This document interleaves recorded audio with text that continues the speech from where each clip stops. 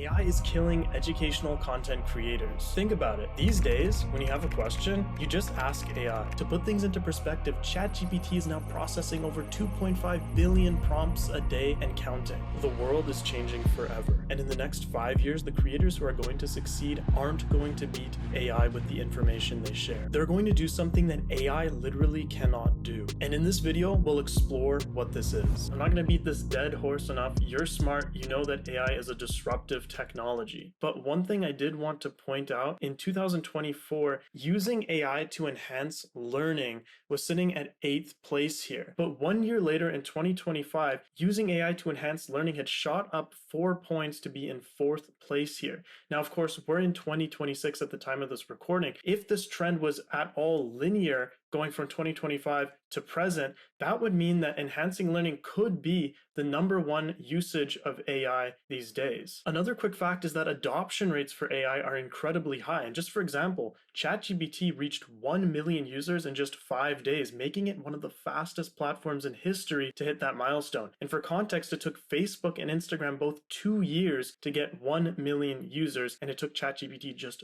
5 days. So what are educational content creators doing about it? What are they saying? Creators are talking about competing with AI. They're talking about joining forces with it. They're talking about giving up or never even getting started because of AI. But most people, most content creators aren't talking about doing things AI cannot do. And people aren't talking about what AI cannot do because it literally does a lot to a quality degree and it has limitless potential. But with that all being said, what is something that AI cannot do? Picture in the near future, AI-powered humanoid robots replacing all human work in the world. Can you take a guess at what human beings would be doing at that point? Well, they'd probably be hanging out, talking, conversing, exchanging info, basically learning from each other still. Because at the end of the day, humans are social creatures, to use that age-old adage. But wait, didn't you say that people are preferring to use AI to enhance their learning over learning from people? That's right, but there's more to it, and here's the breakdown. Now, it's not that people don't want to learn from their fellow humans. In fact, many people want to, but learning from people is riskier than learning from AI, and here's what I mean. So let's say, for example, you spend a lot of time watching a YouTube video and getting nothing out of it in the end. You took a risk and you lost. But if you use AI for just a few seconds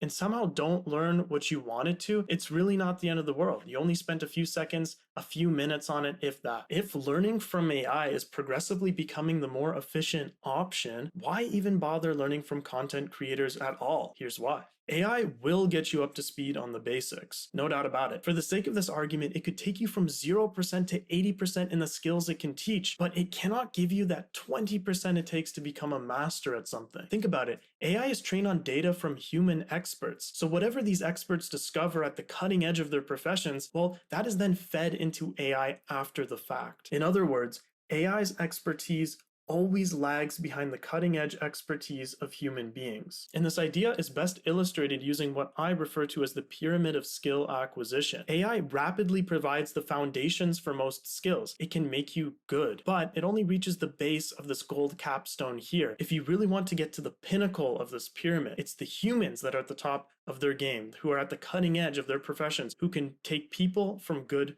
to great. So one option as an educational content creator is to be an expert in what you teach if you aren't already one. But ultimately, on a long enough time frame, the expert will be challenged. When AI gets to a point where it no longer needs the expert to train it and instead starts training the experts, what do we do? This brings me to my earlier point. What will human beings be doing when AI takes over? We'll be hanging out, talking, conversing, exchanging info, learning from each other still. Because the future of education online isn't about making better content. AI already has that in the bag. It's about having better learning networks. In other words, educational content creators must organize their own communities, and I'll explain why and how. Now, if you're an educational content creator and you don't know how to launch an online community and you want my community launch services for free, check out the link in the description. The reasons for why you must set up a community if you're an educational content creator are best explained using what I call the 7 virtues of community. So virtue number 1 is expert access. We touched on this a little bit. it, but we'll explain it in more detail here. Communities often feature experts of a niche who report new findings to the group. So when something new happens in that niche, the community processes it together in real time. In other words, they're at the cutting edge. AI can report on new discoveries, but it might not have context to them immediately, nor would it tell you them unprompted. Number 2 is peer-to-peer accountability. In a community, members can hold each other accountable to learn, study, and even roast each other if needed. AI can be trained to do this up to an extent, but at the end of the day, a bunch of zeros and ones aren't going to have the same impact that real human beings holding you accountable will. People will always want genuine connection with other people on the same journey as them. Number 3, lived experience versus AI LARPing. So communities feature lessons by people who've actually had first-hand experience in the skill they're learning. AI lacks first-hand experience. Community members bring lived experiences that no AI model can authentically replicate. Number 4, learning by teaching. The fastest way to master something is simply to teach it. A community facilitates this process because members deepen their skills by helping other members. Plus, AI rarely pushes back unless you explicitly solicit criticism. A human peer is more likely to push back, have you review what you know, and from that, learn more deeply as a result. Number 5, exposure to new ideas. AI only answers the questions you ask it, whereas a community exposes you to questions you didn't know to ask. For example, someone posts about a problem you didn't know you had,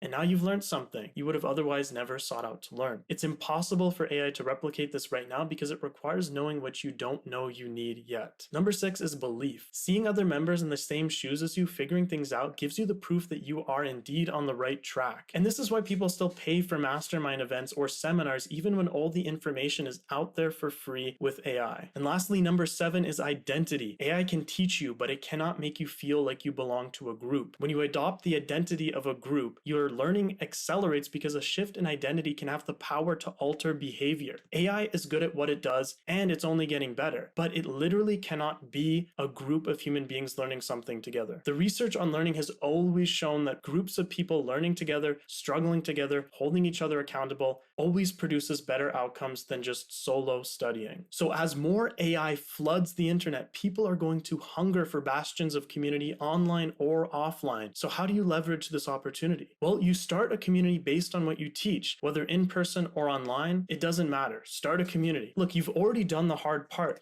You've built an audience, right? How many people can say they've built an audience? You already know how to funnel your audience towards sponsorship deals or other people's products and services. Now it's just a question of sending your audience to your own private community to go deeper with their education. People in your niche are going to hang out anyways, so you might as well benefit from being the host or curator of the community. So tap into your existing audience and curate a network of people that you want to teach and share learning experiences with. The best time to start a community was 2 years ago.